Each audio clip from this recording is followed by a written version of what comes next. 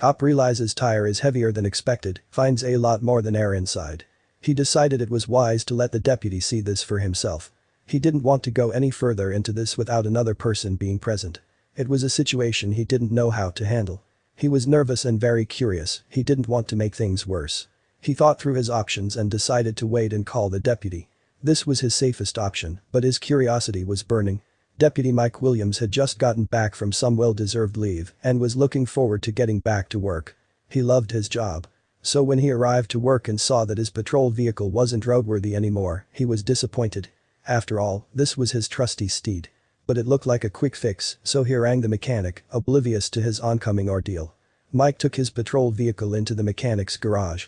He told the mechanic about one of the headlights that mysteriously wouldn't work and asked him if he could fix that too.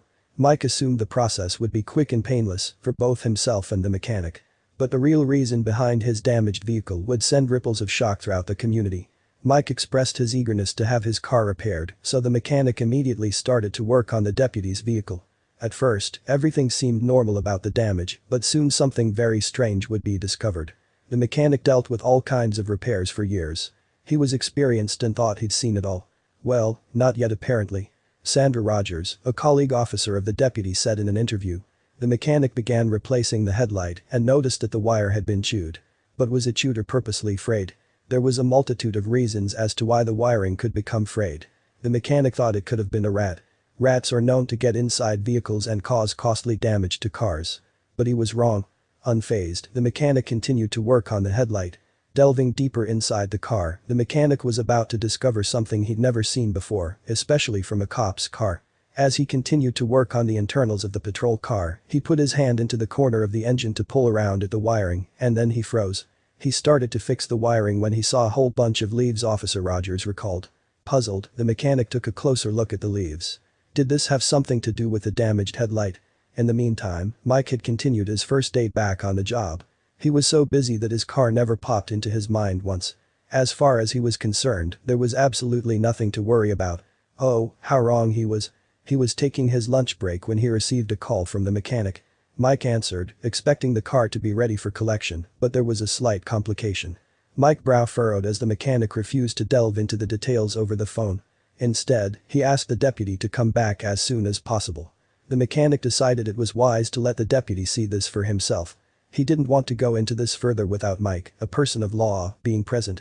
The mechanic was a little nervous and very curious, he didn't want to do any more work until Mike was there. Mike jumped into the other patrol vehicle he had been using for the day and headed towards the garage. His curiosity burning. Mike arrived and the mechanic tentatively went out to greet him. He told Mike that he was a bit alarmed by what he found in the car. Mike's concern grew. He thought that his car was in more disrepair than he originally thought. And he was right. Mike followed as the mechanic led him to the patrol vehicle. The mechanic looked at Mike and gestured for him to take a look inside the hood of the vehicle, to the right side, above the wheel. Mike walked up to his beloved car and craned his neck over to the area in question. He cocked his head to the side once he noticed the leaves. Then he took a closer look and couldn't believe what he was seeing. Inside the nest of leaves were 4 baby squirrels, Officer Rogers said. The mechanic had never encountered anything like that. Mike shook his head in disbelief.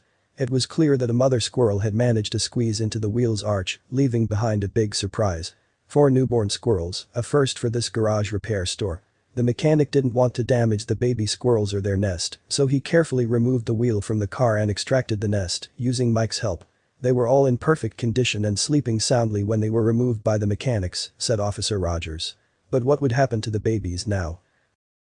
After the squirrels were removed from the vehicle, the deputy took them home with him. He wanted to try and reunite them with their mother. He put the sleeping baby squirrels and their nest in a box with a hot water bottle and put it in the exact spot that his squad car had been parked in before going to the mechanic. As the hours passed, he grew increasingly worried that he had made the wrong decision or the mother had left. But then he caught a glimpse of the mother squirrel coming to investigate the box. She just couldn't stay away from the cries of her hungry babies calling for her. She checked inside and then firmly gripped one baby by its neck and took it away with her, but she didn't come back. I believe once she picked the first one up and knew the others were safe in the box, she waited until it got dark to get the rest, as she must not have felt safe moving them in daylight, he said. Sure enough, as the sun set, she returned for another, and then another until they were all back where they belonged. But why had she hidden them in his car? Apparently, this is a common occurrence with squirrels as they frequently make nests in cars due to the heat that they give off. One side explained, they're attracted by the warmth of the engine, which creates a cozy place for them to nestle. Squirrels create a fine mess once they bring in nuts, acorns, and nesting material. But this can lead to disastrous outcomes. The Canadian Wildlife Federation says that this is actually a very common issue in rural areas, and they've suggested that people could try to decrease the occurrences by making their car a less attractive nesting spot. One tip is to leave the car hood open so that the vehicle is cooler, and other options include using taste deterrents to repel squirrels from biting wires. A bitter apple spray is a harmless option that drives squirrels away. It is recommended that you get some advice from your mechanic and a veterinarian on what will work best at keeping squirrels away while avoiding damage to your car. And, most importantly, follow the great example that the deputy at McHenry County Sheriff's Office set.